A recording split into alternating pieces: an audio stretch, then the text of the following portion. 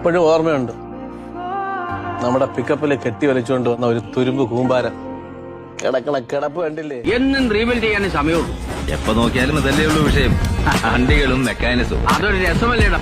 എന്തായാലും മനുഷ്യരെക്കാൾ ഇടപഴകാൻ ഭേദം വാഹനങ്ങളാണ്.